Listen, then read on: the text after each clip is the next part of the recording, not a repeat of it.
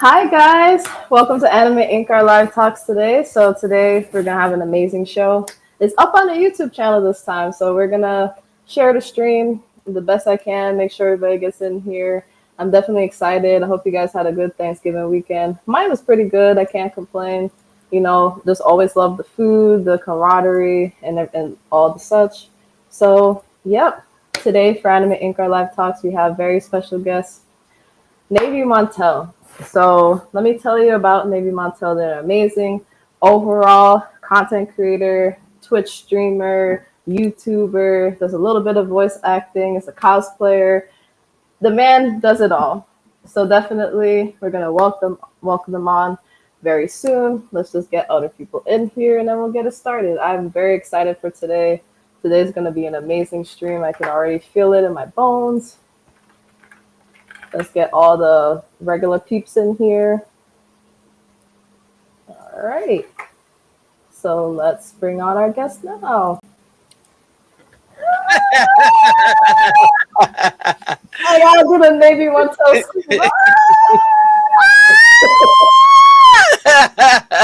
Sometimes that school is a bit dangerous. I got to be careful of that.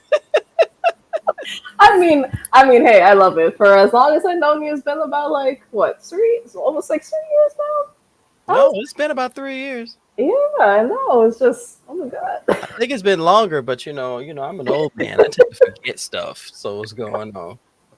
Hi, Lizzie. Hi. How are you doing today? How was your Thanksgiving?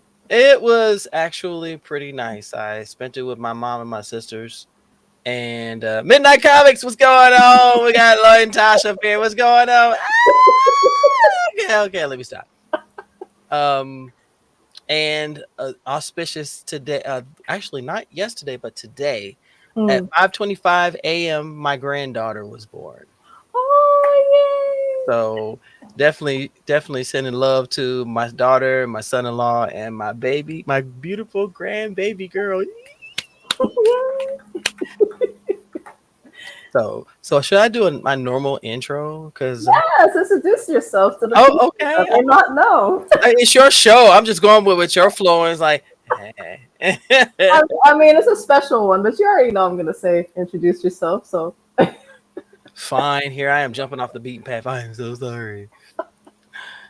Ladies and gentlemen, boys and girls, blurs of all ages, good evening, good morning, good afternoon. It is I, Navy Montel, your frosty bearded blood here on the AnimeInkArt show with the illustrious hostess herself, Lizzie, known as the lady of the AnimeInkArts. Why? Because I am wearing her ink art on me. Let's go. Y'all, we didn't plan this. We did it. Totally not planned. Totally not planned. It really wasn't. I think she was looking inside the Christmas wall and said, "What's Navy going to wear?" I know what I'm going to wear. And I just take off in the corner somewhere. Lord have mercy. I am happy to be here. So for those that don't know what you do, introduce yourself and your grand entrance of what you do as a content, all-around content creator. Okay. If you see me for the first time, hello. My name is Montel, also known as Navy Montel. I am a YouTuber, Twitch streamer, podcaster. I'm on Instagram. I like to bring positivity everywhere I go. I like to bring blurs from the dark into the light. I like to let the basic versions know they can get punched in the face. And I like everyone to know that they are loved, adored, appreciated, and protected. Shout outs to everyone out there who are struggling, and definitely showing love to everyone who is trying their best to do the best that they can. Amazing. So for people that may not know, I went through the vault this time for this shit. Just know this is going to be a time today. Oh, here we go. She got me set up, y'all. I don't know how to feel about this. So when the man has told you multiple times that he's been in the trenches in content creation, he is not joking. So I want to congratulate you because January 23rd is usually your content anniversary. Especially because I saw one of your first videos and one of your first videos. No. Oh my god! When you started on the platform before you had the illustrious beard and you're doing what you're doing now, and you started your journey about, I will say, if it's 12 years, it's going to be 13 next year in January 23rd. So I wanted to start there. What encouraged you to start your content creation journey to show your love of all things, nerdy, geeky, and how did you come up with the term blurticore? I've always wanted to ask you that question. Wow. See, what's weird is that story, there's a little anger behind that. But Oh my. I'll answer the first question because they'll be like, there's anger? Yeah, there's anger. There's anger, bruh. There's anger. So when I started my journey, the first thing I thought of was there's so many people around here, but I don't see anyone my age. I don't see anyone of my experience level or the journey that I've had with a voice. So I wanted to be that voice. It had nothing to do with trying to get likes, shares, subscribes. It was just being another, but a little bit more experienced and more joyful voice because you got content creators out here who were just trying to do it for the clicks and the likes. And I said, if I touch one person, I'm good. So I just wanted to be a voice out here that says, hey, look how old I am. I'm still doing it. Let's go. Now Blurticorn was a totally different story. I cannot remember the name of the comedian who wrote the book Black Unicorn. Mhm. But when I saw that title, I got pissed. I said, wait a second. What makes you a black unicorn? Explain this to me. I remember that day because I ranted all over my apartment like, how the heck? She ain't no. What's okay? You black. Okay, because see, we all know unicorns are mythical, but they're unique creatures. They are separated from the entire diaspora of mythology. Mhm. So I said, okay, I am not a black unicorn, Mhm. but I am a blurred and I am unique. So we put it together and you get dun, dun, dun, dun, blurticorn. And that is something that I've held on to and I continue to be that. And anyone say, what's funny is I actually came up with the definition. Yeah. Hold on. I'm gonna show you. I'm proud of myself, y'all. I was smart. I was smart. Okay, I was being smart. He's bringing the receipts. Good. I'm bringing my display. So I still had the idea Mhm. of putting this term into or entering it into Webster's dictionary because let's face it, there are some words in there that I still wonder why they got them in there. Why? Who hurt you? So I did this one time. I was actually tabled at a convention, HBC UConn, the first one. Mhm. And I said, "Oh, I want to do one of those displays." So I said, "What's a blurticore?" It is a blur to black nerd whose unique passion for all nerd-related interests goes beyond normal definitions or parameters. And you can see the evolution of blurticorn. Mhm. It has changed. I'm so wishy-washy. It's not even funny. I'm so wishy-washy. So that's where blurticorn came from. It's funny that anytime I mention it, I make people stop and look at me and go, well, I'm sorry, what? What's the blurticorn? Great conversation starter. I'm glad you asked there, sir, ma'am, other. Let's talk about it. I love that. It's true to who you are as a person. If you can't be genuine, then what's the point? Good lord. It's the captain. It's the captain of the roof, a starship room full of players. What's going on, Captain? XO reporting for duty, ma'am. So for those that don't know the story, even though you've mentioned it multiple times, it's like how you got into all things, nerdy, nerddom. You're into anime, you're into manga, you're into comics, you're into gaming, you're into tabletop gaming. So there's so much to cover when it comes to that. But Unfortunately. how long have you been into those things? And then the second part of the question is that you have started showing your love later on, like when you were a little bit older. And I know there's a stigma behind that. So the first question is, how long have you been into it? What sparked the love? And then what were some of the things you had to navigate, just sharing your love for nerddom, especially because there's a weird thing with ageism, and I don't understand it. They could go over there with that, but I just wanted to know. Especially the ageism. Yeah, I totally get it. Yeah. He's old. Yeah, your mama. And, you keep on talking. Um, I've been a fan of all things nerdy since I was a kid. I would say my first First revelation was when I was 6, and that's when I discovered comics. And let me tell you, if you've ever been around me and you've ever been in my house, you know I'm not BSing y'all because I love comics. I may not remember every storyline, which is something that drives me crazy nowadays with some people that are comic fans. They eat it up and they don't retain it for joy. They retain it to debate Mm. and to bring it up. And, you know, so and so. No, that's a lie. According to so and so, shh, shh, shh, hush, hush. And you just put your finger on their lips. Shh, hush. It's okay. It's all right. So I've been into comics since I was 6. Gaming as well. Tabletop gaming was always a thing because I never liked the standard rudimentary games like Monopoly and Uno. So when Battleship came along, oh, that was my rap. Game of Life came along. Okay, this is different. I like this. Even Connect 4 had a level of strategy to it because you couldn't just say, I win. No, you had to figure it out. It's called critical thinking. Some of you don't have that. Um, Anime came when I was a teenager.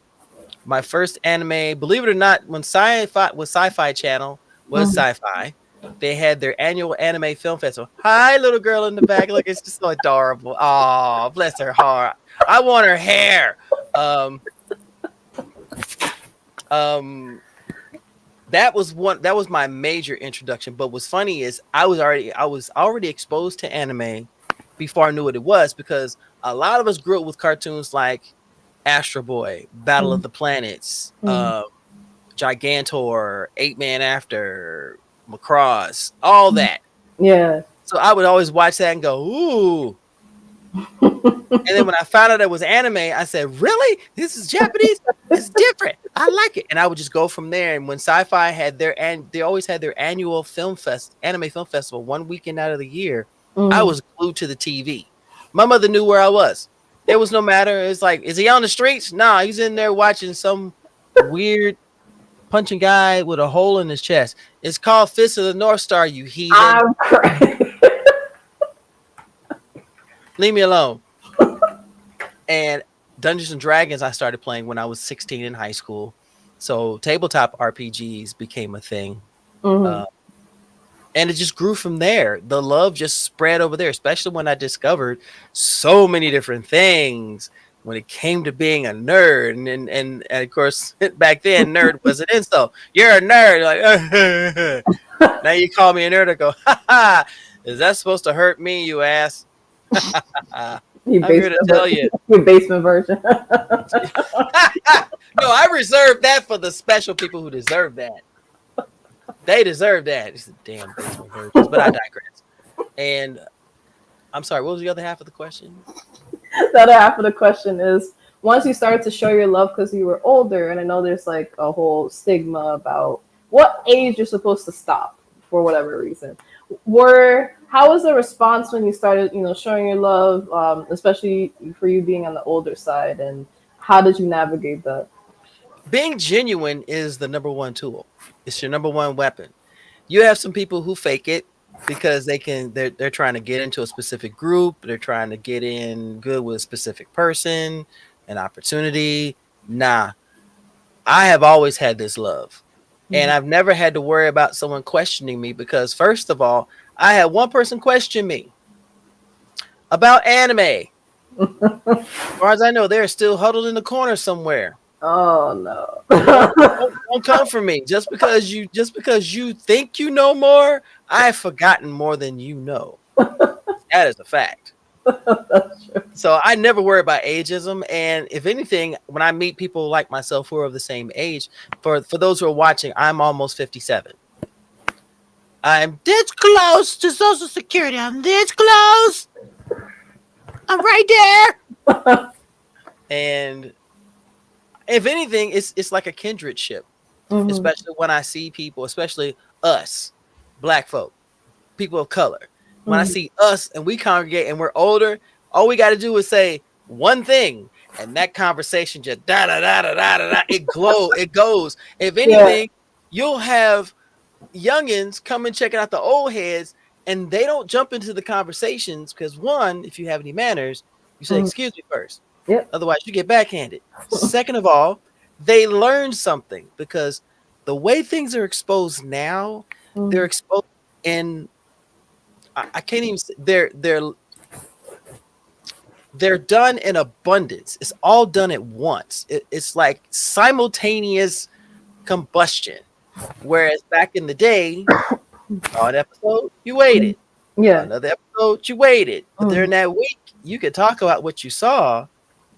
You waited another week. Saturday morning cartoons taught us to be patient because we had to wait a week to watch cartoons. Wait a week, 6, 7 days. It's like I'm waiting. I want Bugs Bunny Roadrunner. Watch Hanna Barbera. I don't like Hanna Barbera. So along those lines. Yeah. But I never had an issue with ageism. If anything, it was more of an invitation Mm. because I tried to be as friendly and approachable as possible, Mm. especially nowadays with younger blurs coming up and I'm not sure who they could gravitate to. And I always try to leave that door open. Mm.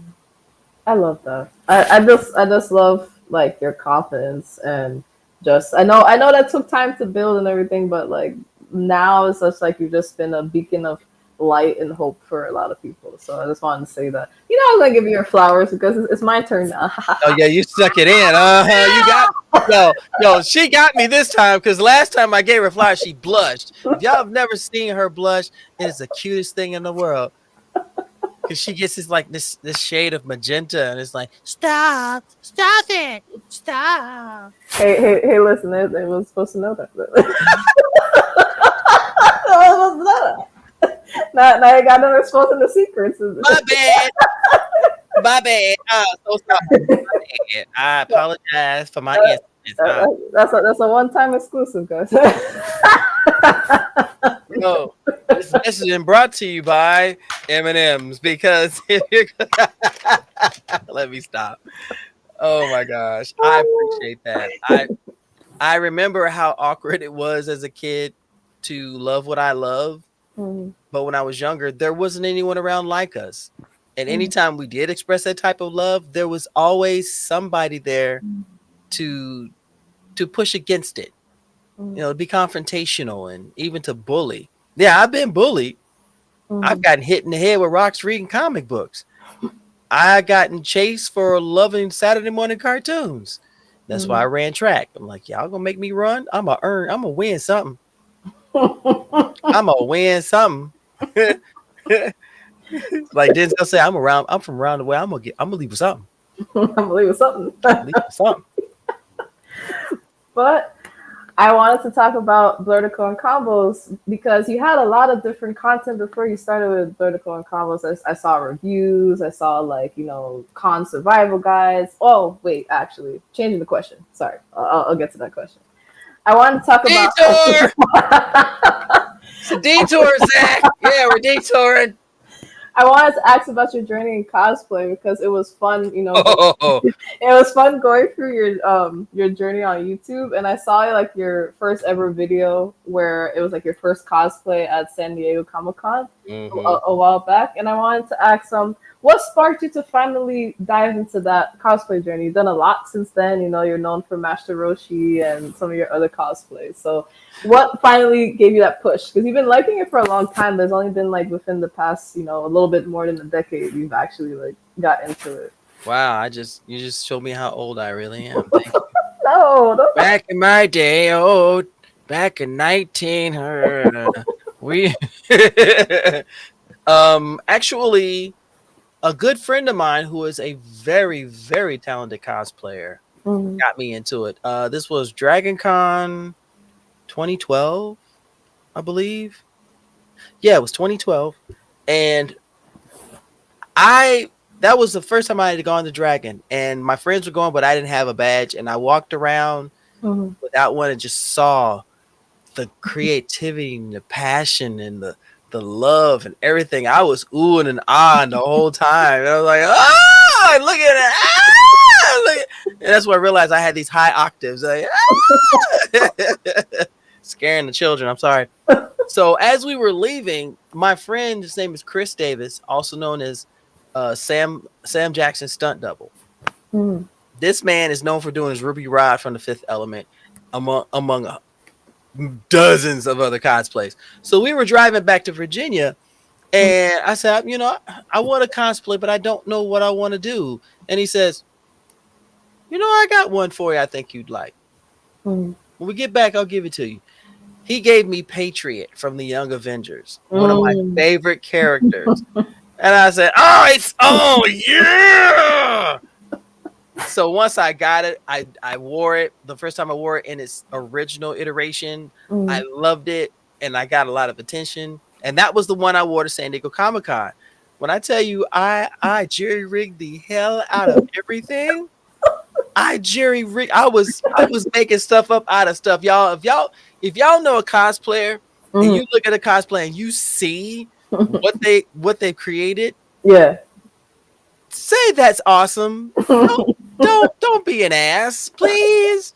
Because as Lizzie will tell you, as a Yeah. cosplayer, we have challenges if we're trying to pull things off a certain way. Yeah. So I had the idea of gluing this here and putting this here. And when I came back, I looked at the pictures. I said, okay, first off, I'm shaving everything. Every bit of hair on my face is coming off because I Mm. cannot come off as a 20-something-year-old young man and I got gray hair on my face. Nah. So I redid the tunic. Mm. I got a different pair of boots. I Mm. actually remade the belt. I went through the whole thing. Even still had my original shield that he Yeah. gave me, but I Mm. had another one made for me from a good friend of mine. And when I debuted that bad boy, I was proud. I was so proud. And that was how my journey started. And I said, you know what? There are characters that I enjoy, Mm. and I wanted to put my spin on it. So Master Roshi was actually, um, man, Because that has followed you to the ends of man, man. Let me tell you, oh man. man. Let me see something real quick here because Mm. there is a certain person Mm. who got me on this journey. Mm. Um, we all know for his red cup diaries on his show on Mm. Instagram, Mm. Shaq. So he said, "Yo, Mm. I got something for you," and I said, "Oh Lord, you want my address?" He said, "Yeah, what's your address?" So he ended up sending me everything from Master Roshi. Uh, I said, I said, bruh, are you kidding me? He said, no.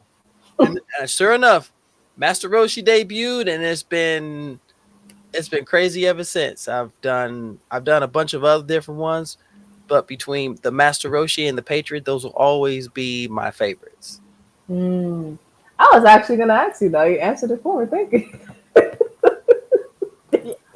I don't mean to push it along like it is. I'm sorry, y'all. Thank y'all for coming to hang out with us because this lady right here is aces, y'all. Let me tell you, AnimeInkArt aces. Okay, because I wear this hoodie every chance I get. It's like she sent it to me. Oh my gosh!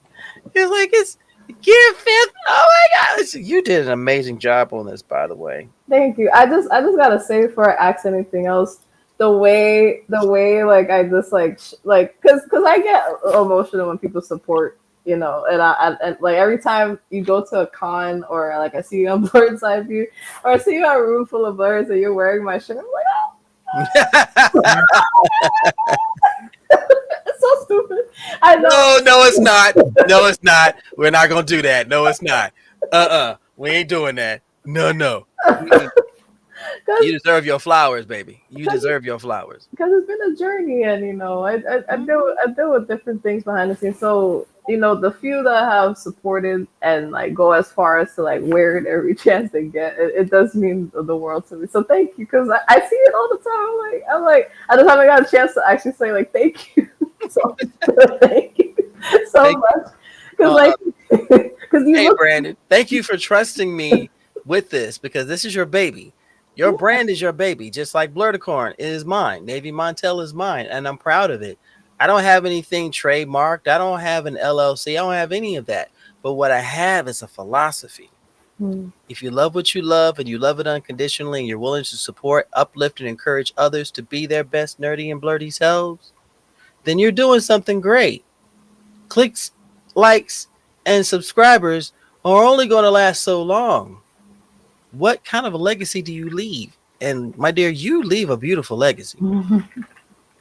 Now, you asked about the blurted corn combos. That's what I was gonna ask. How did that start? Because you had different content before you, but like you always, there was a period of time where you started bringing other, creators of color, whether it's your friends or people you met, and you had different names for it. Whether you were just talking about like conventions, or you're talking about gaming, or you're talking about anime. But then finally, you started to do Blur the Code and Combos, which you brought back. You're on your game with it again. So what started Blur the Code and Combos? Anytime I see someone doing a live, I would always see stereotypical conversations. It was always a stereotypical, yo man, this song and this all this and this fashion, you know what I'm saying, and I was like, what is the purpose of these lives? Just to see people hear you talk? No. There should be a purpose. There should be a plan behind it. So, and I thought about that. Every live that I've seen where there were conversations going on, there was always somebody of note, someone who had a level of fame or someone who had a bit of notoriety. I said, but what about the regular cats? What about the regular kings and queens who love anime and comics and cosplay? What's their motivation? What drives them to love what they love? And I said, you know what? I want to do that. I just want to bring on people who love what they love. I don't care about your socioeconomic status. I don't care about how famous and popular you are. Just like I told someone, they said, well, what if you got Meg Thee Stallion on? Guess what? We're going to talk about her love for anime. We're going to talk about how she got here. We're going to talk about everything. We're going to laugh and giggle and have a good time. Fame means nothing to me because I've always said I never want to be famous. I want to be respected.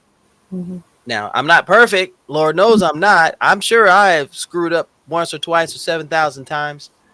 But that is what made the combos and continues to make the combos so special. Because in that moment, I have the opportunity to make this person feel seen, acknowledged, validated, and appreciated. Key word is appreciated. And it covered all genres, comic book creators, cosplayers, gamers, all this sort of thing. So I wasn't looking for, oh my gosh, this has got 700 views. I didn't care. Yeah. Because people came into the conversation, and that's why I called it the combos. Because when I started it on Instagram, the people make these lives worth watching. And if you see the conversations during the actual lives, the questions come out. And people are like, hey, here's a question. Boom. Here's a question about why you like this and what's going on with your cosplay and what's your next convention. Integrating the public into it was what made it so special and what continues to make it special. So if you take regular folks, just like us, love everything geek and nerd, and you sit down, you have a chit chat, and you bring in your other friends, and you can turn it into a Q&A session that people feel like they're seen, which is what I always pride of myself. I said hello to everyone who came in. You had a question, no problem. If you were disrespectful, I booted you out. Plain and simple. There was no middle ground. And I mean, you're our resident preacher. You're a resident uncle. Buttercorn uncle. We love you so much, and that's the thing that I have to ask you because I don't know. I think you realize, but I don't know how much you realize how loved you are in this community. Like, anybody can say your name, and it's just like, I need to put emphasis on that. But I wanted to say, what were some of the lessons you learned when it came to building your community that you have now? And how did you feel about the response to you as a creator and how people have showed their outpouring of love for you? That's what I want to ask as somebody that always pours into other people. I just like to pour into you because I'm annoying and I have to do that. But because you're annoying. She's annoying, Biff. She's annoying. Don't hurt me. Told you. because I love you. But yes, I just wanted to ask, what have you learned in your journey when it comes to building the community you've built, and how has the response been? Be genuine. Be genuine. Don't worry about trying to create this facade, this this image of what you think people will want to see. Be you. That was the number one thing. I did not worry about that because all I could do was be me. Mm-hmm. And if people wanted to come in, they were more than welcome. If they didn't have to. I didn't have anything negative to say except for people who were disrespectful.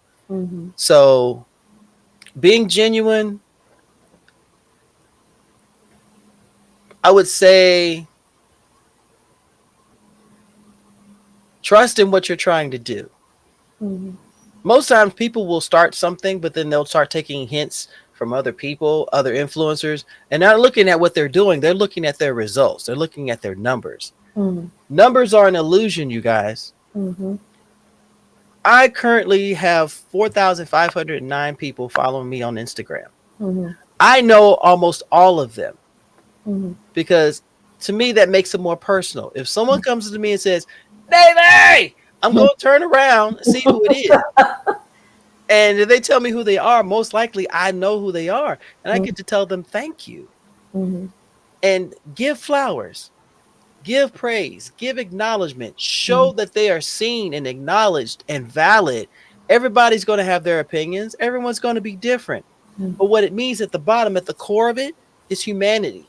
Mm-hmm. We're all human, regardless to our skin tone. But we got to look out for our own folks, y'all, because not everybody's going to look out for us. Mm-hmm. So I said, I'm going to be one of those people that will look out. Mm-hmm.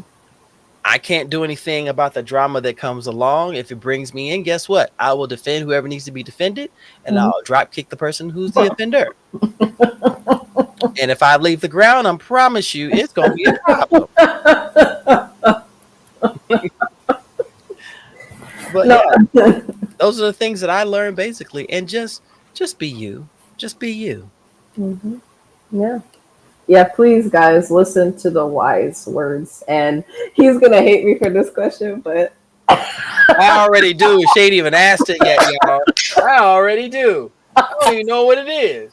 so because I'm a very, I have a home when it comes to watching Blur's Eye View. There is a particular story that you shared because we always call you a reverend, right? But but some people don't know that almost happens, and I want you to share that because I feel like it makes all of the positivity and the sermons that we get make a whole lot of sense. You put me on the spot. I can't stand you.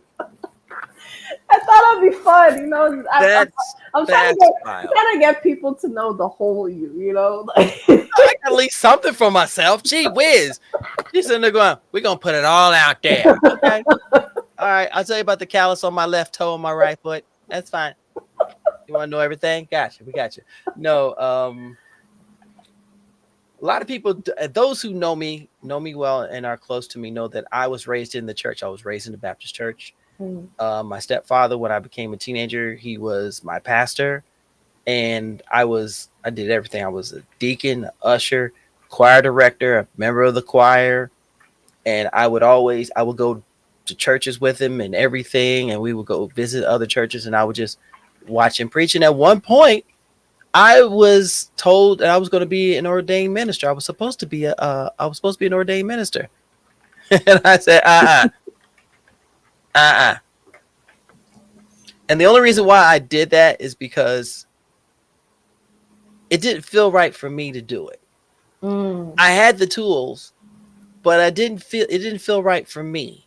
And while I don't disparage anyone who is a servant of the Lord and who work in the house of God or whatever church or whatever denomination you serve under, I still give glory and praise to him because the journey that I've walked has gotten me here.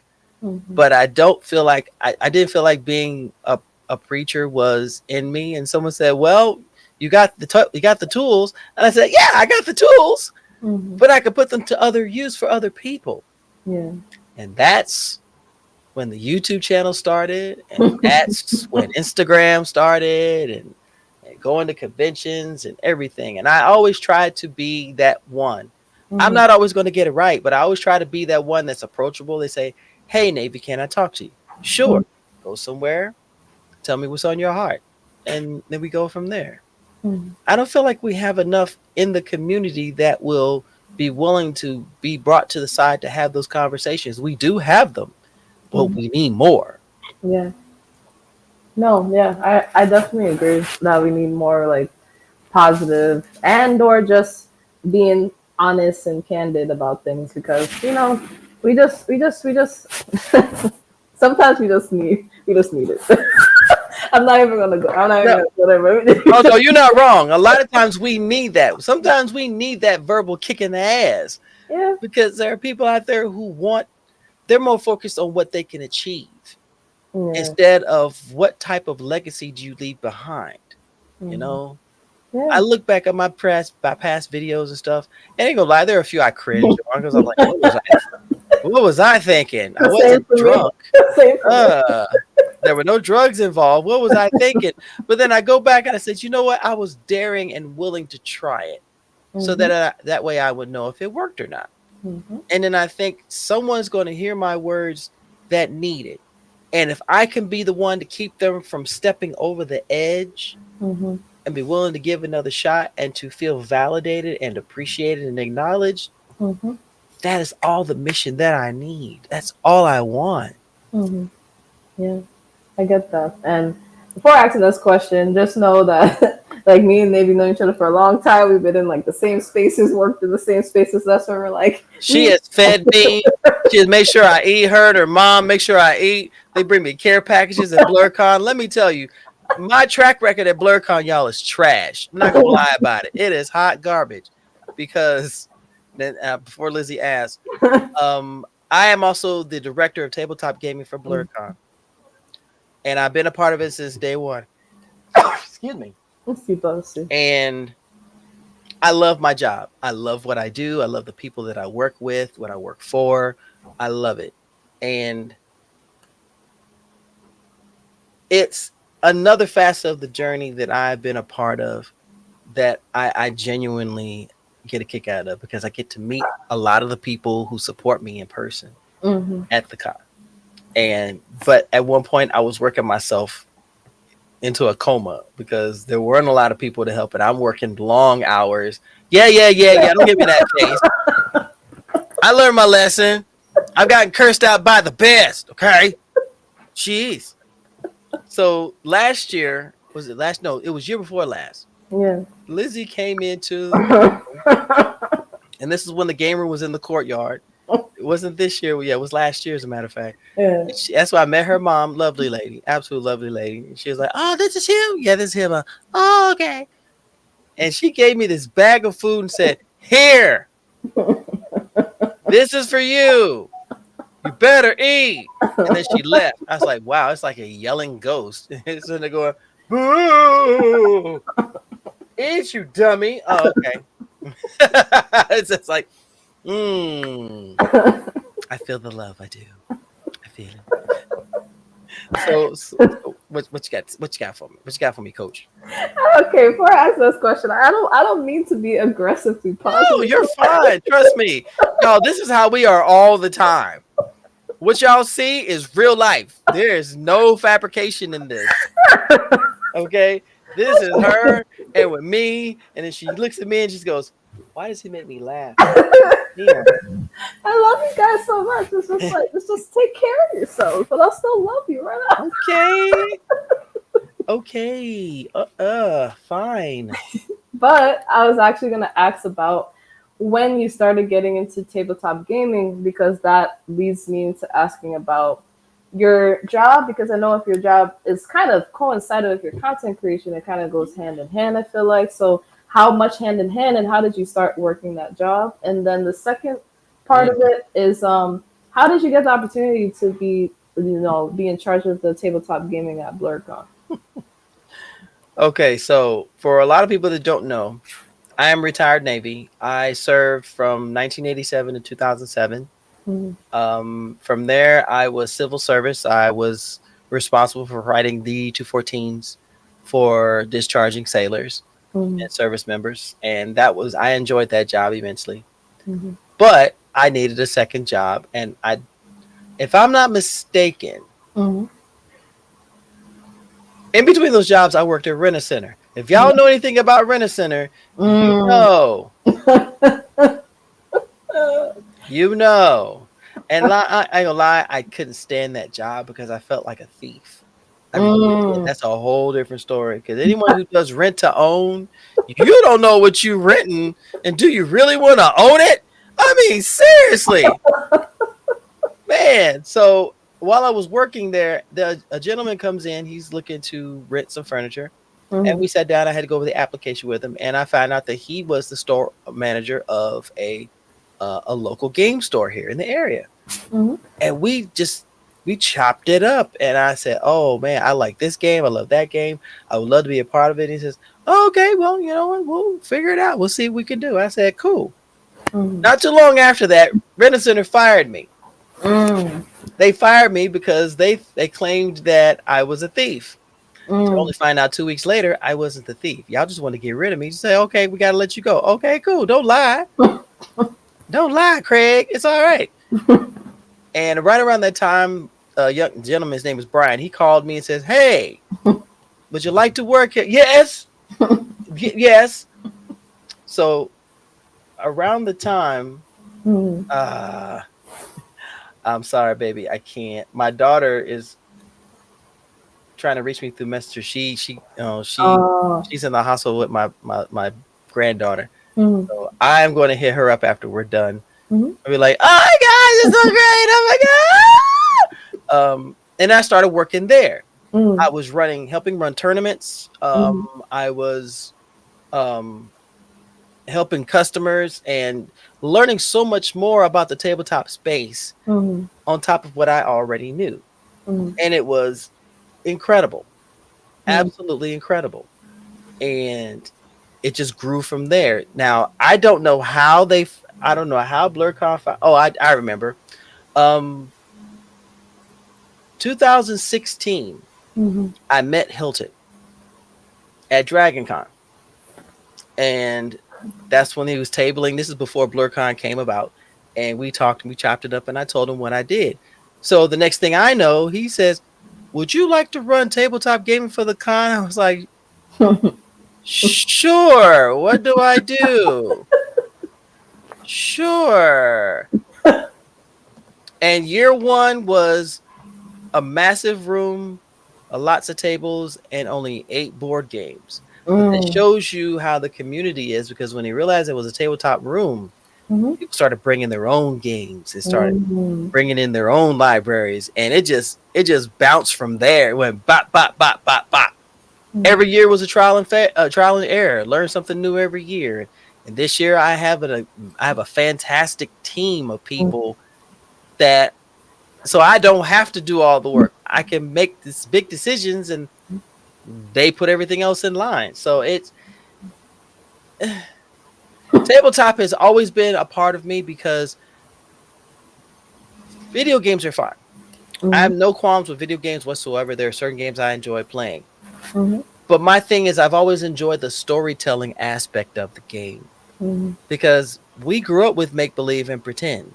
You know, sticks were guns, and you know, your neighborhood was your battlefield, or you could pretend like you were in a karate movie and everybody knew what they were doing. It's like psh, psh, psh, psh, psh. No one got hit, no one got hurt. Just a lot of psh, psh, psh. Can I have some water? Psh, psh, psh, psh, psh. When's lunch? Psh, psh.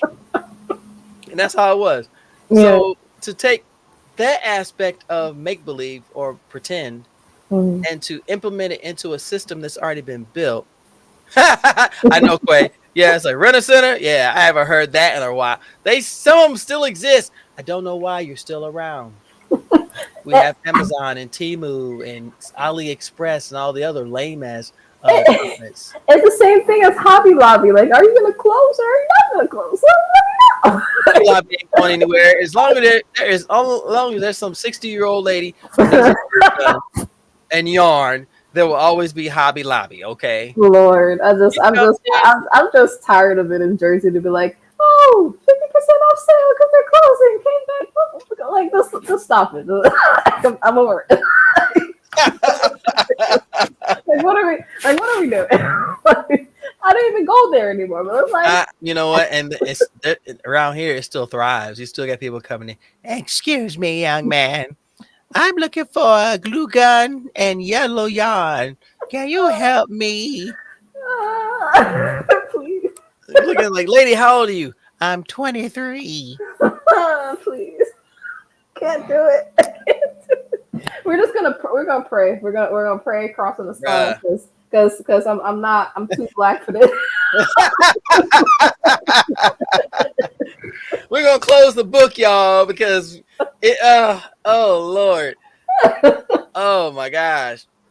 But I have to talk about you've been a part of amazing podcasts, and the most consistent ones are the ones on Blur's Eye View. And now with Room Full of Blurs. So I wanted to ask, how did you get into both podcasts and how have they helped you throughout your entire journey? Hold on, just a second. I think someone's trying to reach out to me. Hold on. No problem. Thank you guys that are still in the stream. Maybe we'll be right back. But if you guys have any questions, though, in the meantime, definitely put them in the chat. I've returned. Did you miss me? Don't lie. Okay. Because I saw for Room Full of Blurs when you actually first came on the show, like as a guest, and then it just transformed from there. And now you help her out every Sunday, and then now you're also on Blur's Eye View. So how did you get both opportunities? How has it been being part of both, and how has it helped your journey as a whole? Well, I will say I definitely got to give massive shouts and love to Miss Angie the Foodie. Um, my first foray into podcasting was with her on Blur the Corn Speaks, and we ran for 3 years, over 100 episodes, and it was a blast. It was an absolute blast. So I give that lady all the love because she was the one who helped get this journey started for me. So I give her all the love and all the praise. And Miss Angie, if you watching this, baby, I love you with every bit of me. You are still my beautiful black bibliophile, and that will never ever change. So when we started doing that, and that's when people started noticing the podcast, Blur the Corn Speaks. And we enjoyed the journey. It was a challenge, but we learned so much about, creating the podcast, editing and marketing and promotion and everything. I was like, oh my gosh, it's a lot of work.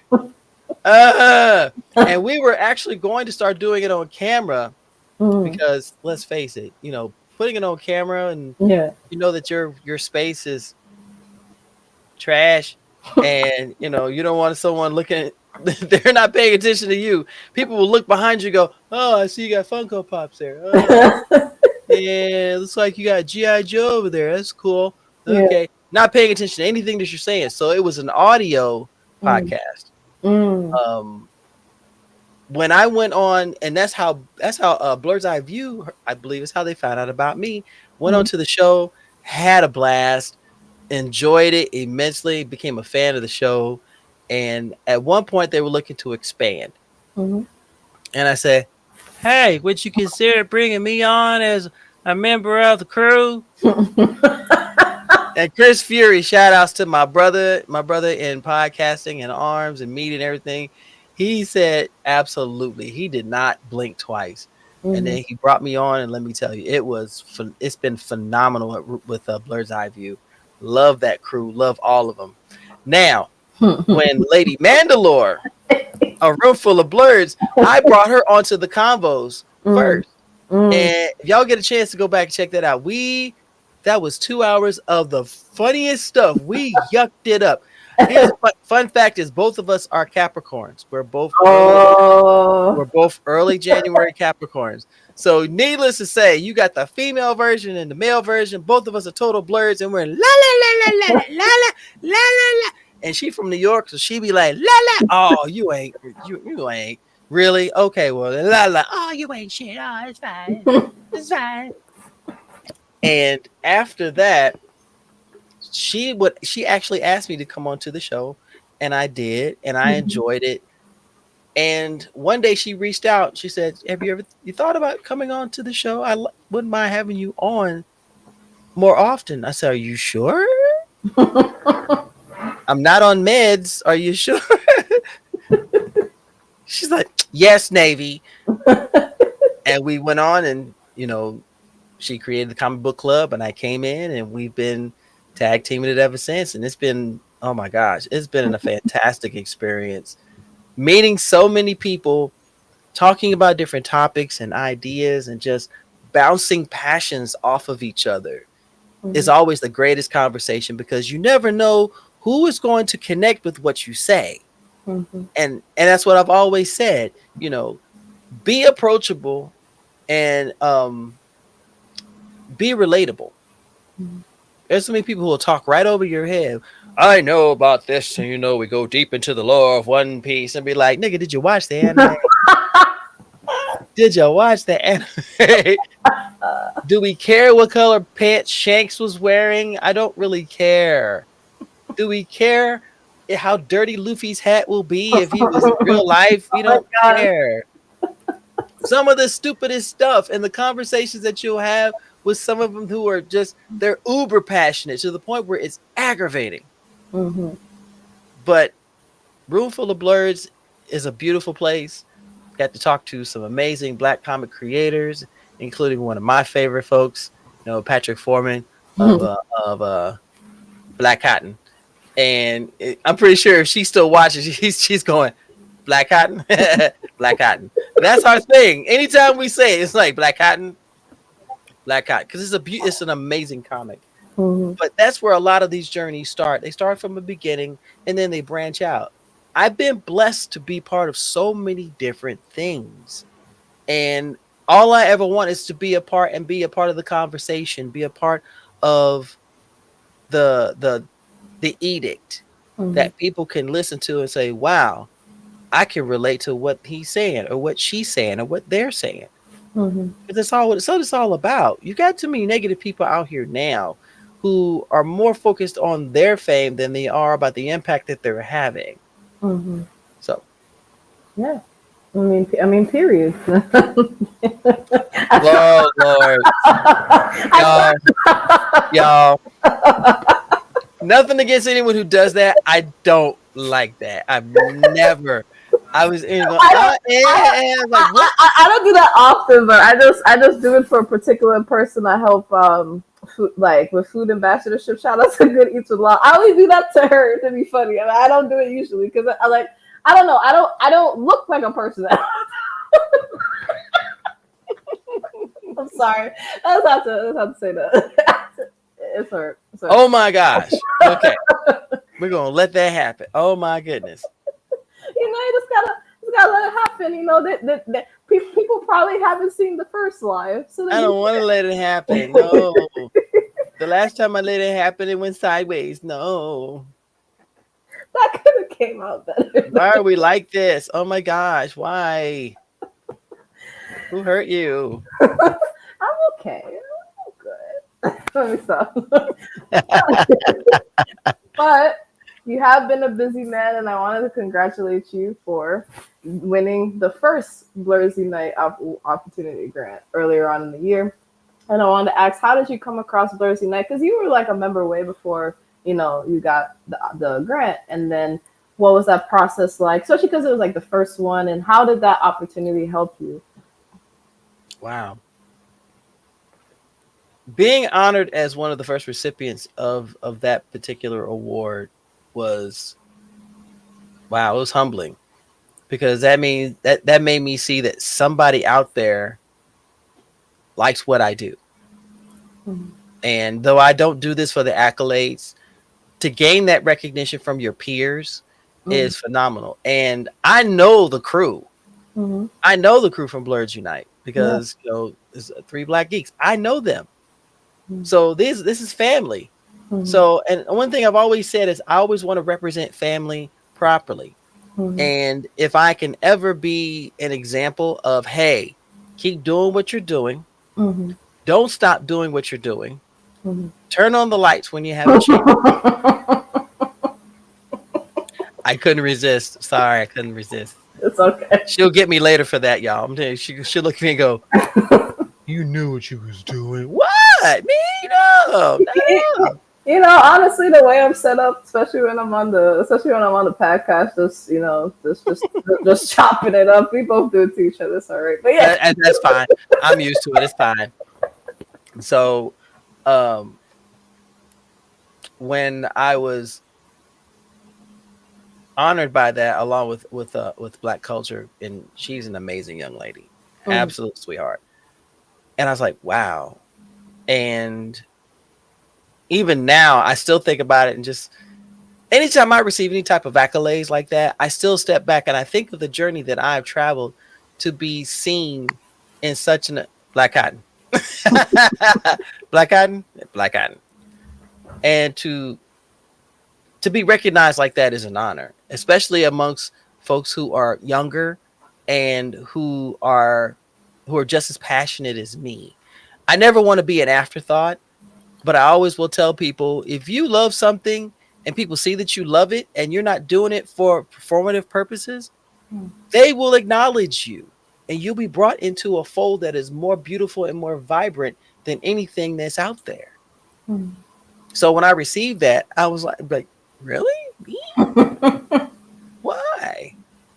And so now when anyone says that, I say, yeah, it's Brothers Unite is a fantastic consortium of minds and passions and incredible folks who love what they love and will continue to nurture community, nurture family. So if any of my nephews, especially Brandon, I love y'all from here to the end of time and back. And if you need me for anything, all you gotta do is reach out. Yep, of course, and getting to know them after, Yeah, I saw him peeking around the corner. I see him peeking. Oh my god. What? What's with the leg? What's with the leg, yo? What's with the leg? Just show your face, sir. he Really? saw he saw who it was. I saw a leg, a head, and a hand. And a toe. I see a toe over there. Hey man, what's going on? Now you're just being weird now. I mean, I can't say that's abnormal.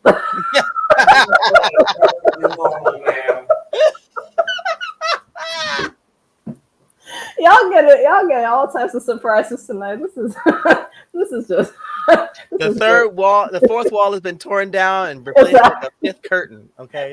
Exactly. It's all right, So I'm professional. I ain't. I'm tolerable. He said I'm tough. I'm tolerable. And I also wanted to talk about you got to go to MomoCon for the first time, and you also got to do. You got to talk about that. Dragon Con, you got to moderate and panel and 6 panels. We need to talk about both of those and how that experience was. Why is she calling me out like this, yo? Because I do my research. Okay, yeah, because she did her research. Okay, fine, Madam Scribe. Okay, sure, no problem. Okay. Um, what would you like to know? How the experience was and how you got the opportunity for Dragon Con to do those panels and to moderate. Because you've been going to Dragon Con for a long time and it just feels like a full circle moment. And then how did you get to go to MomoCon? Momo was simple. I always wanted to go, and one of my podcast mates, Whoopty Frickin' Do, aka Fresh Pressed by Z. If you want your nails looking all dope and everything, she is one of the most artistic people when it comes to nails. Love her. Mm-hmm. That is my forever ever family. Um, we had decided to apply as content creators for MomoCon. I said, you know what? Matter of fact, no, scratch that. Let's jump back here. So Dana Morgan and I hate when I drew this. I hate when I do this. C.S. Sherman. Mm-hmm. They said, hey, won't you apply for content creator at Momo? I said, okay, cool. So I applied and I was approved. Mm-hmm. And once I was approved, I said, oh, I'm going to make the best of this situation. Now, MomoCon, y'all, if y'all have never been to Momo, it's a bop. It is an absolute bop. I recommend anyone go to Momo. I had a blast.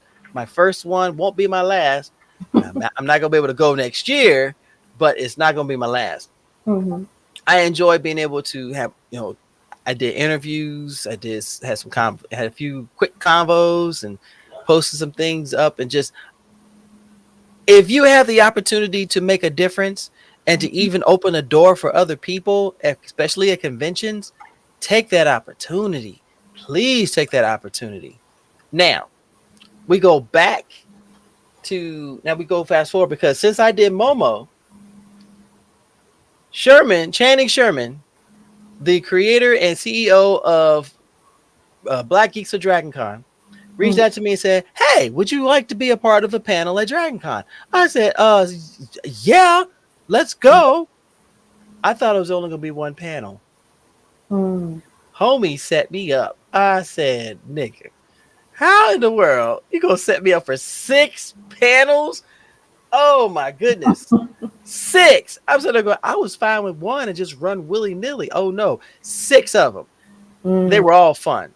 But one ended up switching up last minute. I moderated the comics and hip hop panel with Marcus Williams, Greg Burnham, Afua Richardson was supposed to be on there, and it was a blast. She wasn't able to make it, but it was still fun. It was an absolute bop, and I had to check on her. She was exhausted, so I checked. She is a friend of mine, so I check on my friends every chance I get. And then I was supposed to do. They had a panel that was styled after Hot Ones. You know, the show with the wings and the sauces. I said, I am short a body part. Why the am I going to sit here and do this? Are you trying to kill me at a con? Look. So I said, hey. I'm short a body part. Can't do it. But then Skip from Blurred Over. Yeah. He said, I'd like for you to be on my panel. Really? Because I said, if you want me on your panel, let me know. He says, yeah, I want you. You're supposed to be on my panel. Apparently, when he put in his panel and put in the panelists, I was one of those people that was supposed to be on there. Don't know how that ended up. So by serendipity, I ended up back in the same position that I was originally selected for, and I was on his Being a Blurred panel. And that was so much fun. Oh my goodness. I had a blast. And after I did all 6 of those panels, they said, oh, we'll see you next year. I said, oh, you will? I did that good? They said, you were great. I said, what? I don't have imposter syndrome, but I always want to present myself in the best light. Yeah. And be the most genuine person I can be. So to get those opportunities, I still think about it now, like, wow, I actually paneled at Dragon Con. Yeah. And some people don't understand why it's such a big deal. If you're part of convention culture, you know that panels are amazing. Man, it was. It was. And it was everything. I got to, especially Dragon, I got to have dinner with folks at Midnight Comics who are family to me. They are my family. So it's like, Navy, it's like, oh, let's go. Yeah, let's go. And for me, conventions are family reunions. You get the chance to see people that you didn't get to see maybe months before, maybe a year prior. And you get a chance to catch up and see how things are going and how you're doing and just celebrate together. Conventions are celebrations if you remove the basement virgins. Yeah. And the gatekeepers. It's a party, bro. It's a party. It's like, see, especially when you're in a convention and someone recognizes you and they shout your name over a 30 or 40 foot distance. David! I don't owe money. Who's calling me? And I look and they go, I go, okay.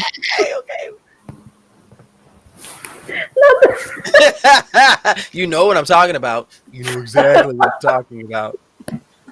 That has happened to me more times than I can count. When someone will shout my name at a long distance, and now I gotta scan the room to see who it is. And when I find them, I'm like, "Do I know you?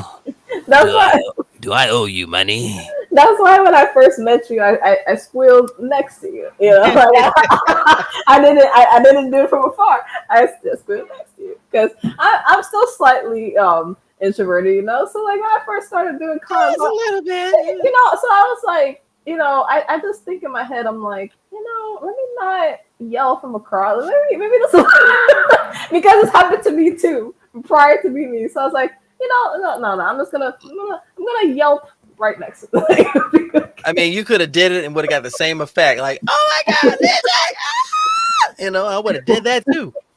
But I'm just thinking from a like, you know, Uh who stole, you know, the who stole me money thing. I'm like, huh. the first time that happened, I'm like, wait, oh, hi, like, hi, you know who I am? What the hell? That moment of realization when you realize I don't owe them money.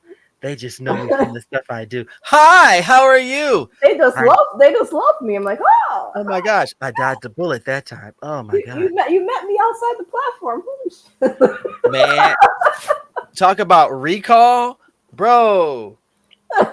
I've had someone that I recognize, like, where do I know? I know you. Where I know you from? And they go, yeah, it was outside the hotel at the Blur Con when you had me this cosplay. I'm like, I remember. Okay, hello. And we don't mean for it to switch like that. But it's like, you Yes, we live do. you live where you live, and I live in Irvington, so that explains so much. He's like, you're from there. I'm from there. Oh, okay, we're from. Yeah, okay, great. Okay, You know, so it's just like, you know, a normal happenstance when it's not the community. You're like, man. you know? Or at midnight, you're right. Yeah, I was ripping and running that weekend, but I wouldn't have traded it for anything in the world. Yeah. Anything. That was opportunities are coming along for me that I never thought. And all I want to do is share it with others and bring them in.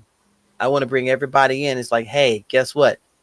This was a group effort. This was a collective effort. I couldn't have gotten here if y'all didn't believe in me. Yeah. And y'all wouldn't have found me if I didn't take the opportunity or the chance on myself. So when you do stuff like this, especially with you, Lizzie, with your business and the shows and everything else, you took a chance. Mm-hmm. And it wasn't easy at times and it was challenging. And you probably questioned yourself, should I really keep doing this? Should. And then you said, no, I'm going to do this. Well, that's how it was for me is, creating Navy Montel. I'm going to do this Mm-hmm. because as a father and a grandfather, I want to leave something behind for my kids that they can look back and go, this is my dad. This is my granddad or my grandbaby when she comes. That's my granddad. That's granddad or papa, whatever she wants. Whatever she want to call me, I am happy with because I know it's going to be out of love. Mm-hmm. But that's the way I think of it because none of us are rich. And if you are, good for you. But what Mm-hmm. type of legacy do you want to leave behind when you have hung up your microphone in your cosplay and you don't want to be an active part of it anymore? Because there's gonna come a time where you just want to be a quiet blurred. You want to Mm-hmm. just enjoy yourself, enjoy your passions, connect with other people, Mm-hmm. and not so much making everything front facing Mm-hmm. in the general public. Yeah, I get that. And I wanted to ask, so I usually ask this question, and you know, from watching the show, I talk about supporting the Black community. What do we do well so far to support each other? What can we work on? Everybody has different experiences based on their individual journey. Hmm. Talk to each other like we are family. Mm, And on the other end of that, be receptive if someone wants to talk to you. There are so many closed minded people mm, who are so focused on image mm, that they don't realize image only lasts so long. mm, Look at the TikTokers who got millions of followers. You mm. have to keep up that pace just to maintain that Yeah. because you're addicted to those numbers. I'm not. Mm, I'm not. If someone decides to follow me and then they change their mind, thank you for coming. I appreciate that. mm, But as long as we talk and we communicate and we create that conversation, we can actually clear up a lot of misunderstandings, maybe some Mhm. hurt feelings, Mhm. maybe even create partnerships and collaborations that have been long overdue. Or maybe an idea for a business, but someone else has got the other piece of the puzzle. And now Mhm. y'all are together and you can move forward together with this one common goal. Mhm. And I think that's what made me start Navy Montel. There weren't enough conversations. There weren't enough people talking Mhm. and removing selfishness out Mhm. of it. Mhm. If I were to ever, if by serendipity, I end up being on this massive project that pays me all kinds of money, I'm going to pay it forward.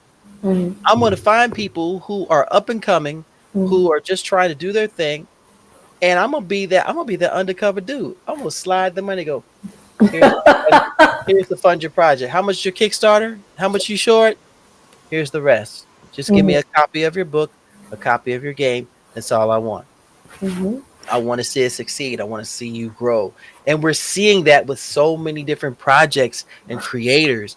Mhm. And this, we just need to support each other. Stop worrying about how you look. If you can live with whatever you decide to do and it's a positive thing, the only person that you have to worry about it at the end of the day and look in the mirror is you. Mhm. Yeah. Of course, what do I know? I'm just an old fart. What do I know? I don't know anything. You know a lot. I know enough. I You know know, enough. you know just enough to educate us. I know just enough to lock the door behind me when I leave. You know, that's a good one. That's a good one. I was trying to figure out where I was going. Oh yeah, yes, yes, that's a good one. You don't want to get caught up in these streets. Close the door. Oh, now close Close the the door. door. Put the fries in the bag, old man, and close the door. What the hell? It's like, why are you yelling at me? Why are you yelling at me? Like, I'm moaning loudly. I'm not yelling at you. I'm moaning loudly. Oh. and that's what I have to talk about because for those that may not know, Navy is getting into his voice acting bag now. And I Yeah. wanted to ask how that experience has been. Nerd. how that Freaking nerd. It's fine. how that experience has been. And for those that may not know, some of the projects that you've also been able to lend your voice to. And I know, especially on Room Full of Blurs, you've been able, like some of the comics, you've been able to like voice the different panels. Yeah. It's always so fun. So, what started your voice acting journey? Well, as a kid, I had no friends. I will start there. And I don't mean that in too negative of I a know, way. I know. But as a kid, I had no friends. And what's funny is I wanted to be a ventriloquist when I was younger. Mm, So I tried to teach myself how to do it, but I couldn't get it down. But mm, that's when I realized I had a penchant for voices, being able to imitate others, not do impressions, but, you know, create different characters and stuff like that. So I've been nurturing that over time. So we fast forward to here now. I've been part of Talk Story to Me, mm, which was incredible. I've never done the whole audition process before. Um, Trey Mosley, who is an award-winning voice actor, he is my teacher, my sensei, and also my brother. So he has been helping me with that journey. mm, Being on Roomful of Blurs with Lady Mandalore as we read the comics has always been fun because I did that as a kid. mm. What did J. Jonah Jameson sound like when he's talking to Peter Parker, and and how did Captain America sound when he's about to go and things like that. Mm, And I am working on that now. I've done some auditions for some parts. mm, Nothing's come up from yet, but it's the experience factor for me. mm, So I have my office here, mm, and I have a separate setup in my bedroom. mm. So unless there's some adult activity going on in other apartments, I have peace and quiet. I had to say it because one time I was actually recording. You know how distracting that is when your neighbors upstairs are They are doing the horizontal mambo. You're sitting there going, and so back in the day. Damn it. I'm recording and I'm looking up at the ceiling. It's like, not too long. Uh, Come on, hurry up. Okay. I'm trying to do this. Okay. It sounds like you're done. Oh god. Four score. And damn it. Round two. Come on. I quit. I quit. I'm so glad I live on the top level. I don't know about that because I it's it. mean, I've heard just like, I just think they're in pain. I haven't heard that yet.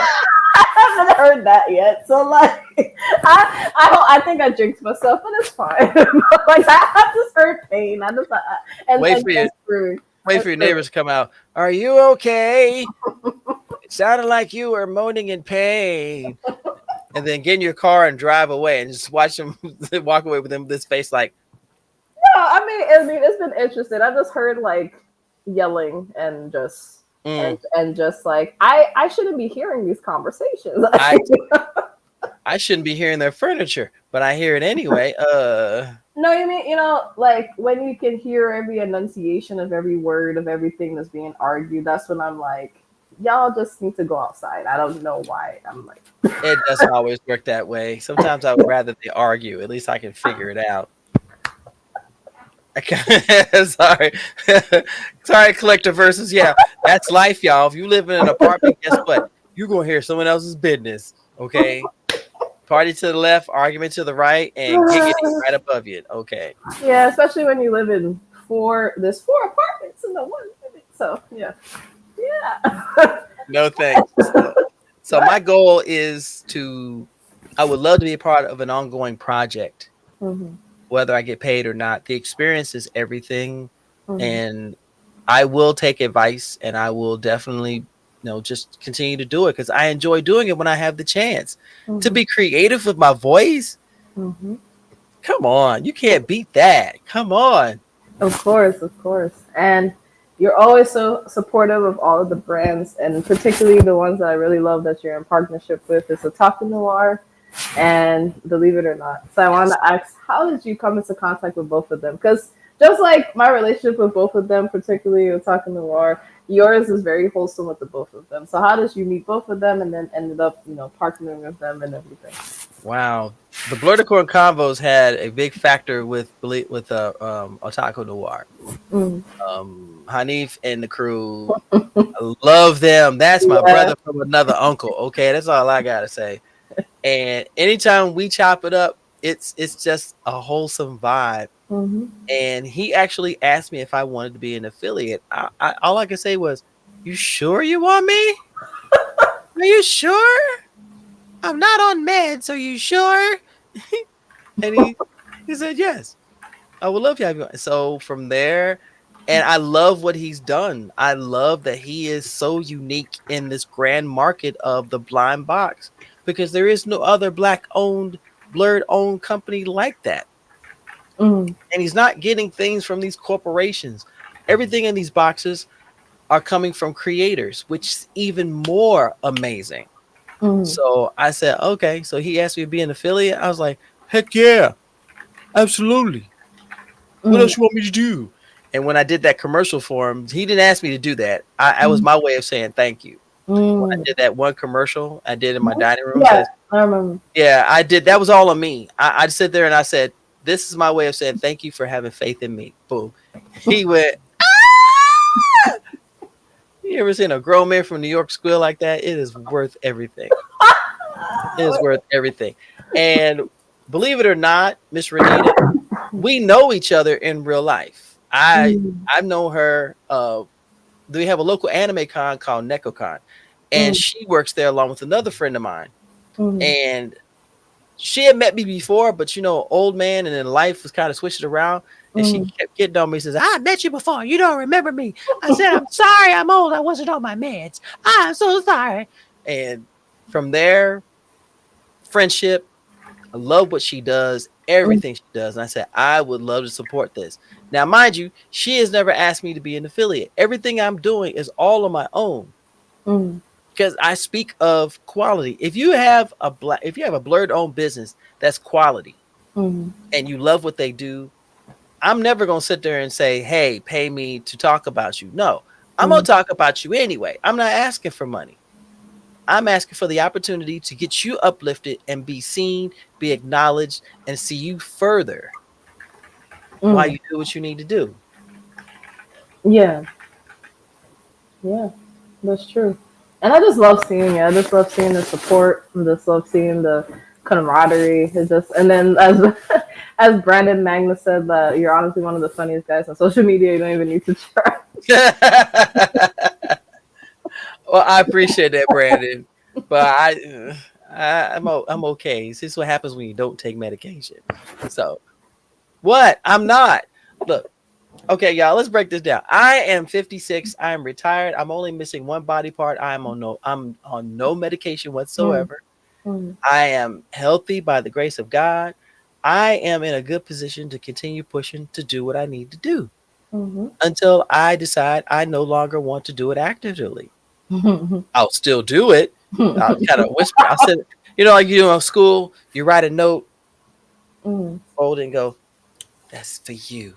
Then you walk away, open it up, blur the cord. He just sent me a note.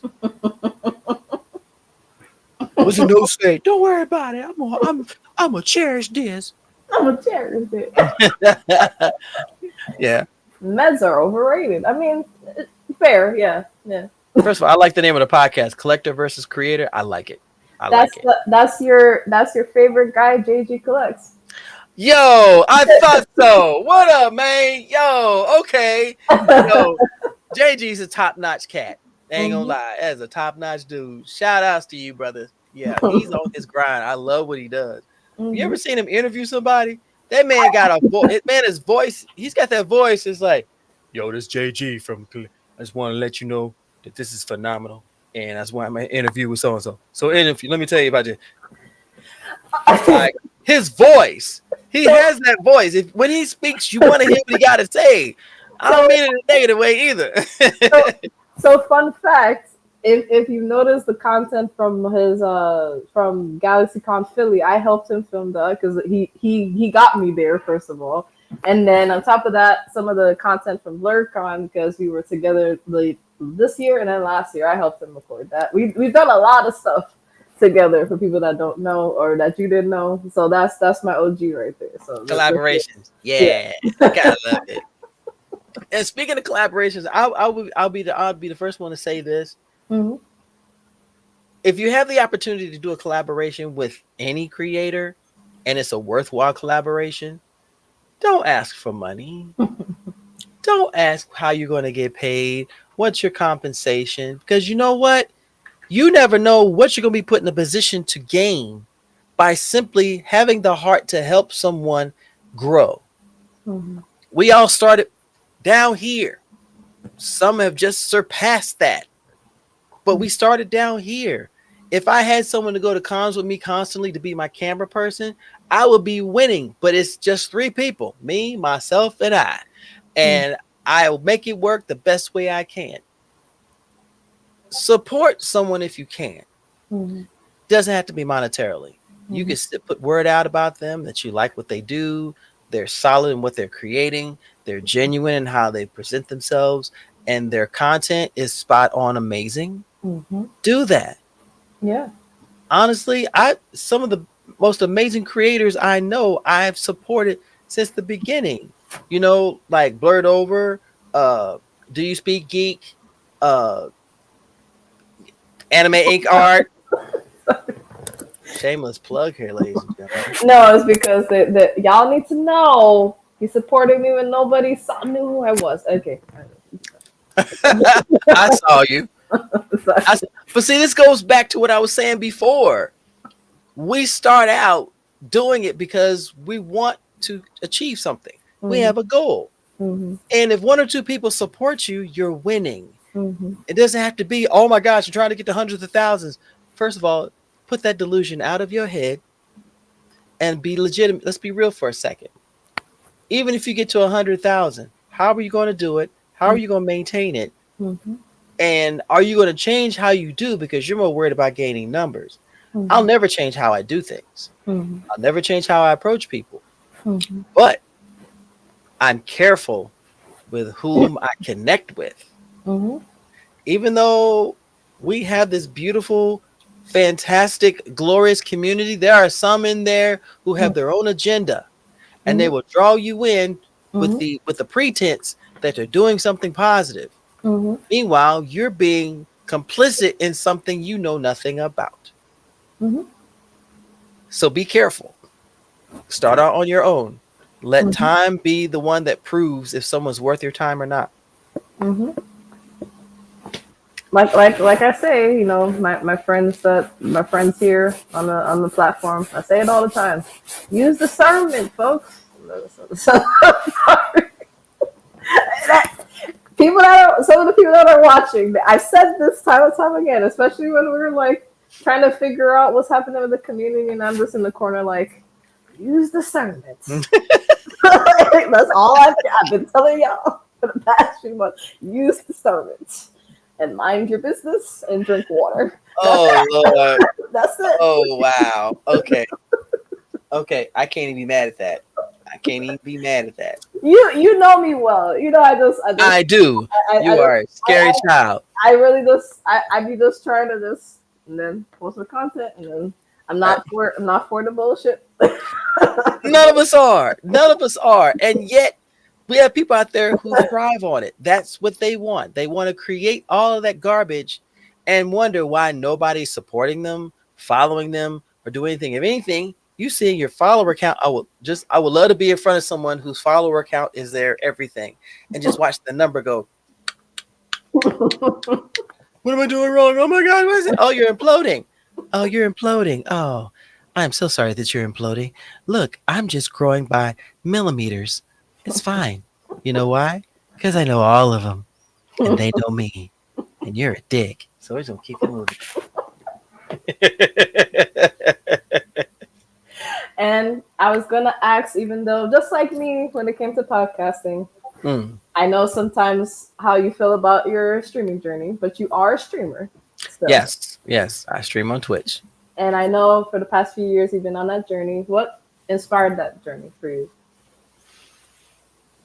2018, I wanted to stream to see if I was able to do it. Mm, When I started streaming at that time, it didn't feel right mm, because I couldn't. I asked myself one question: mm, what am I doing? mm, Why do I want to stream? mm, What do I want to stream? mm, What's going to differentiate me from the other streamers? mm, Am I doing this for fame or am I doing this for fun? mm, And when I asked myself all those questions at that time, I stepped back. mm, We fast forward to a year. I said, mm, I'm going to try it again. mm, Doo-doo. Why? Because I want to create a safe space that people can come to, the Blurter Sack. You can mm, come, bring your lawn chairs, bring your snacks, bring your beverages, sit down, be part of the conversation while I'm playing games. We're mm, gonna have us a blast, and we're gonna just chop it up. There have been times where I play the game and talk with the audience, and there are times where we just chopped it up, had a chop session. mm, That was, and when I did that, I fell in love with it mm, because in that moment I was able to connect with people from around the world, not just in North America. mm, I have friends, I have people talk to me from Denmark, Sweden, the mm, Netherlands. I had someone from Thailand, from Brazil. mm, Oh, it was incredible. It was amazing. And it made me proud because I said, I did that. Just mm, being me, I did that. And even now, I see streamers now and I look at them and I go, what are you trying to achieve? mm. What is your goal? What Yeah. do you want to do with what you've been given? Mm, So for me, Navy Montel, and it was crazy. And I had a good friend of mine tell me this because at one yeah. point, half of my brand was under one name and Mm, half was under another name. mm, And I found myself fighting to get people to see both because they're both names that I had been privileged given over my lifetime. So mm, they said, just put them all under one name. That way they can fight. I said, okay. Ever since I did that, mm, rocket boosters. Let's go. Yeah, let's go. Yeah. Yeah, what you going to do? Yeah. That makes sense. And I wanted to ask, because for people that don't know, I know you're coming back with it, but I was trying to give you all your flowers at this point. Your merch that you have, I just wanted Ah, people to share, that is coming back, what yes. made you start it and stuff like that, because we need the people to buy it when it comes out, when the new stuff When comes. it comes back out, there will be new logos. I'm gonna have Blur the Corn Convo shirts off the original logo. I'm gonna have I'm actually creating the NDA logo, which was a phrase that I started with the Blur's Eye View crew. NDA is like, yeah, nigga, don't ask. Yeah. So someone said we need that on the shirt. So I have a logo that I'm working on for that.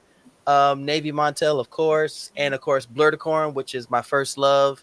This Mm, is where that's what got it all started. mm. And I'm gonna be doing shirts, hoodies. I'm keeping it standard. I'm not one of the people who say, yeah, I got Blurticorn socks. What?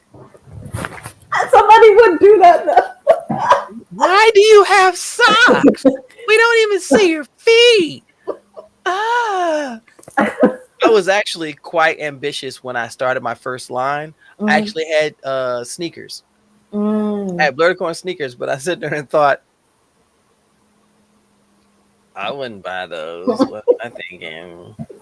And put those on my feet. Ugh, if it rains, they'll melt. I don't want them things. Ugh. No, I feel that there's certain things when I go back to the Shopify store, I'm like, I'm taking that off. It don't it don't make no sense. It's Oh understandable. my gosh. I was going ham. I would even on one stream I even said, hey guys, this is my store. What do you think I should put in it? You should create a purse. I created a purse and someone bought it. Oh, I I love said, you that. should do a backpack. I created a backpack. Someone bought it. Mm, I said, this would be great if I didn't have to worry about them reaching in my bank account first. yeah, yeah. Yeah, drop shipping is, I'm not going to say it's a bit of a scam, but if you're not careful, you're Mm, going to lose money before you make money. mhm, But for me, it was just about getting my merch out there. So mhm, I'm going another route. mhm. But yes, just to let you know, Blur the Coin merch will be coming out very soon. And I For was all I was trying to advertise, and God damn it, I can't find it. no, you can't. But I would tell you, when I do, you'll be one of the first people to know. One of the first people to know. Okay. Meantime, y'all go support AnimeInkArt. This is her creation. I love this hoodie more than anything. What's crazy is I have the hoodie from her. I have the headband from Believe It or Not. So I'm fashionable all the time. Yeah, and I guess shameless plug. The sale is ending at 11:59 on the Shopify store. Please, if you are legitimate, and I know you, please just message me. But that's an inside joke for another day. But Wow. if you do support, I really do appreciate it. But yeah, I just made the recent post on my Instagram page. So if you Yay! want to support, go from there. Let's go. And I wanted to ask you, how has this journey in content creation helped you out as a person? It could be mentally, spiritually, physically. Hmm. The love I have received is indescribable.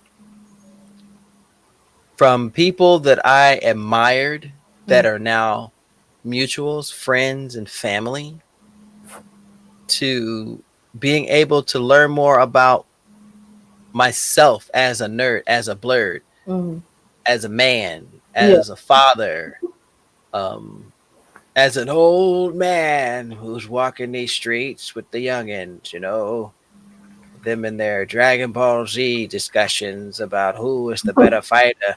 I look at them and go, your mama, because she fought to bring you into the world. Your birth is like 2 episodes of Dragon Ball. Uh, just like Goku. Ah! Next time on Dragon Ball Z. Ah! Anyway, um, it's been You need that. We all I, need it. We I all need work, it. brother. I'm working on it. I promise you, I'm working on it. I actually have two. Um, I have two logos that are Mm, they're preliminary. mm, So I'm gonna get those cleaned up. mm, And y'all, shout outs to all creators and artists who don't use AI as a primary.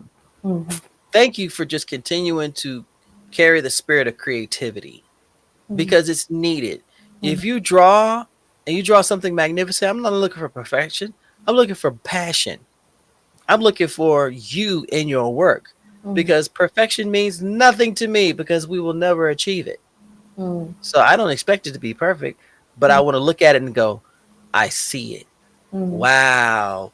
Can I mm. wear it? Absolutely.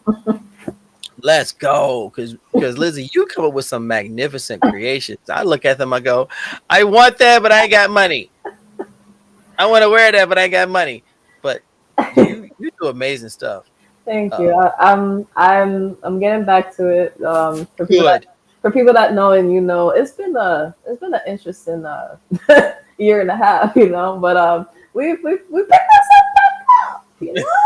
Sorry, you know that's the only way I can act like this right now, because you know progress. Anyway, you know, and laughing at myself. But Wow. no, you know, yeah, no, it Wow. I y'all, can't. I y'all. can't with you. I cannot. Why are you like this?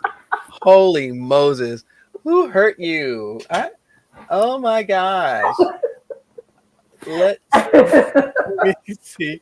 There's something here. Um, Mm, let me see. Is it okay if I share something with you? yeah, go ahead. I'm like excited but nervous for you. No, it's nothing bad. Oh my gosh. It's a nervous tick I have. Don't mind. I'm gonna need you to not. So I'm gonna give you a preview of Mm, a logo that I am working on, mm, and I think that everyone would get a kick out of it. Make sure I'm pulling out the right one mm, because for me, it stands on everything. mm, And I'm gonna share this with you so everyone can see it. mm, Window, that one, mm, share. This is just a preliminary mm. of an upcoming shirt.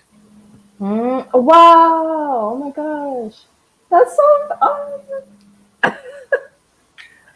So y'all, this is a world premiere. Y'all are seeing this for the oh, first time. This will potentially be the logo for my Stay Nerdy, Stay Geeky, and Stay Sexy shirt. Another catchphrase that I have been using for years. mhm, And I'm looking forward to that mhm, popping out. mhm. And for you, Lizzie, Yeah. because you're one of the dopest people around. Where is it? I know it's a good idea to use Streamlabs. Isn't it great? Isn't it great? Oh my gosh, it's so wonderful. Oh my gosh, it's so magnificent. Now, before anyone jumps on me, I did use Gemini to clean it up a little bit. Okay. So if y'all yell at me, guess what? I'll find you. I mean, cleanup is not horrible. Like it's okay. It's useful, but That's true. So there we go. um, Since y'all asked for it, you're going to get it. So this is the initial iteration. oh, sorry. That's oh my gosh. Yeah, that. Yeah, I need that. Yeah, I need that. Of Yeah. course, I had to replace nerd because, if you're using it AI goes, no, you can't use that word. It's Oh mine. yes. It's mine. It's mine. But I still created this. Mm, Um, and I'm pretty proud of it. I'm mm. pretty proud of it. So I love it. That yeah. I'm a get my coin or my credit. Yeah, that's it. Yeah. so once I am getting those put on shirts, I'll make sure to let everyone know. And of course, I have Navy Montel is going to be going up. Blurticorn Combos is getting a new look. Mm-hmm. Um, and it's art actually using the logo on my YouTube channel and across everything too. So I'm I'm looking forward to this journey. Yeah. And crazy enough, my dear, you inspired me on a lot of this. So thank you. Y'all be making me cry. It's like this is the third person. It's your show. We can do this. To accept the love, woman. Jeez. I know. For you cuss me out like the fourth person in the past 2 months. It will not end well for you, boo boo. That's all I gotta say. No, I appreciate it. Yeah, no, I'm like room full of birds. I'm like, yeah, I'm shy. Ain't no shy about that woman. I mean, like for us, like this weird complex, like we're doing all the things, and then when they start saying like you're the goat, you're this, you're like I'm about to cry, you know. So what are you doing? Crying? Why? There's no crying in baseball. We're not talking about baseball. Don't worry about it. Okay. Because y'all are so sweet. Okay.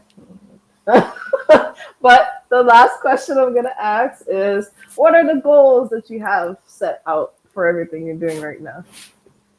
I definitely want to further my uh, voice acting purpose and goal and journey.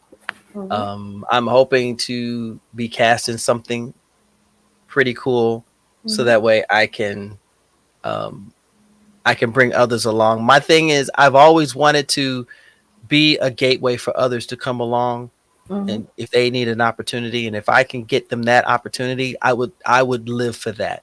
Because I'm not doing this for just for myself. I mean, I'm enjoying my journey, but everything that Navy Montel represents is all about bringing others from the dark into the light, so they can see their value, see their worth, and they can pursue what they've been trying to pursue despite the obstacles that are out there. Because there are people that really want you to stop being your best self, Yeah. and they'll do anything they can to trip you up. So that's what I'm doing with my brand, Blurticorn Combos, being on Blur's Eye View and Roomful of Blurs, which is an absolute blessing. Um, Collaborating with so many beautiful, brilliant creators, and just being a part of this massive collective. Yeah. And I just love everything about it. So of course, like I said in the promo and everything, it's gonna be a time. I hope y'all enjoyed it so much. I hope you enjoyed being back, you know, after I think it's been 2 years. Yeah, it's been about 2.5 years. Not It took her that long to build her tolerance up for me, y'all. That's how is it. That's how it was. Just like I can't take Navy in large doses. Oh no! You just been ripping and running like midnight comments. You've been in. Listen, You had your hand in every basket. listen. And I love you for Don't it. yell at me. I see how you operate. Okay, don't yell at me. That's not Working even. hard. That's not even my final form. That's not even my final form. Why are we like this? I feel like JG and shout out to Obsidian Comics. They know what my final form is when they're being stubborn because I talk to them all the time. Now I'm terrified, ladies and gentlemen. The final form is not a pretty thing to witness, I imagine. The final form is just stay still, be calm, just stop crashing and burning. That's it. That's it. And then I just go back to being like, as long as you're good, my love. Like, Stop crashing and burning. Okay, that's something I will remember. no, Absolutely. I could I could like tell you to take care of yourself, and then I switch back to loving. Like it's just I'm less Indian. I don't know. Okay, so you just flip the switch like, take care of yourself. I Yeah. love you. Yeah. You're being stupid. Yeah. Okay. No, yeah, like exactly, exactly that. Exactly that. Exactly. I'm like, which one of y'all is going to the con with me? Because look, I thought it was only one. It's both. It's both. But It's both. it's out of love. You seen it at work, huh? I was just like, if you don't eat, but and then just say, I'll see you tomorrow. I'll come right to the gaming room. Oh yeah, that threat was real though. Only thing you need was a southern accent. I'll see you there at the game room. And then Don't think for a second I won't come after you. And then I came every day. At least You did. At least twice. You did. Just peeking the door like, Hi. hi. I'm going, hi. Oh my gosh, she's back. I'm like, I hope hope he's not tired of me, guys. Never. I'll never get tired of you. Never. But I wanted you to take the time out to plug in everywhere you want people to follow you and catch up to everything that you're doing. Well, everybody, if you have had the opportunity to hang out with us this evening and you want to see what shenanigans I'm up to, which they're not all that exciting, you can follow me across all platforms under Navy Montel. That is Twitch, TikTok, YouTube, Instagram, maybe Facebook. Me and Facebook got this I can't stand you relationship. So my voice acting journey continues. I'll keep everyone posted on that. I am part of Roomful of Blurs and also Blur's Eye View, those dynamically beautiful podcasts. Roomful of Blurs is every Tuesday and Thursday at 8 p.m. We're on hiatus until after the holiday. And Roomful of Blurs is 7 p.m. on Sunday evenings. And again, we're taking a bit of a hiatus. But when we come back strong, fierce, and fun, and everything else. And I say, in the meantime and in between time, as I tell all of you beautiful, sexy people to do, please continue to do this for yourselves, your loved ones. Be grateful, be thankful for Lizzie and her brand. This is a fantastic show. And everybody else, and even me. Stay nerdy, stay geeky, and always stay sexy.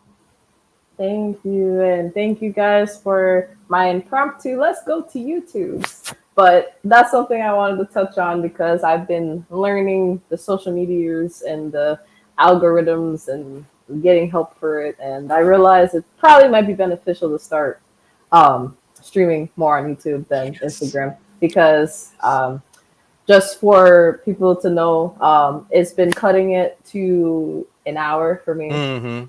And as well as the algorithm doesn't seem to favor the lives anymore the way it used to.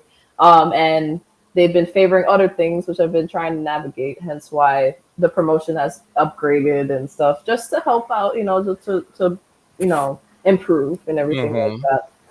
But yeah, it's probably more beneficial to start doing on YouTube, grow the channel. So we'll see where this takes us, for those that want to know, just in case they're like, oh, why the promos on Instagram? But that there's a reason. There's a reason for it because there's a reason. There's a reason. And I apologize for that. But for those that may not know what I do, hi, I'm Lizzie from AnimeInkArt. My brand is my art brand that I started out with. It's expanded to, cosplay, podcasting, and shout out to all of those I've collaborated with, Blurs Unite, Otaku Noir, and yeah, so thank you guys for support of everything that I've been doing. If you want to know what I'm doing in the amalgamation of everything, check out the YouTube channel for the shows that will continue to pop up for AnimeInkArt live talks. But there's so many things that I do on AnimeInkArt that I'm trying to show you. Definitely check out the recent videos where I talk about the cosplay journey, the podcasting journey, the brand journey. Those may all help you just figure out like how I started it, and where it's going. If you want to shop, get art commission, definitely check the link tree in the AnimeInkArt one page. The AnimeInkArt live one is for just an extension, some of the clips that we have. And if I continue to do StreamYard, it'll be a little bit easier to give you guys those clips. And the YouTube channel is both on that page and the other page. And definitely check out the broadcast channel, AnimeInkArt one. That's where y'all get all the posts, all the things, every iteration of whatever is to come. Because you just expect the unexpected sometimes here. That part.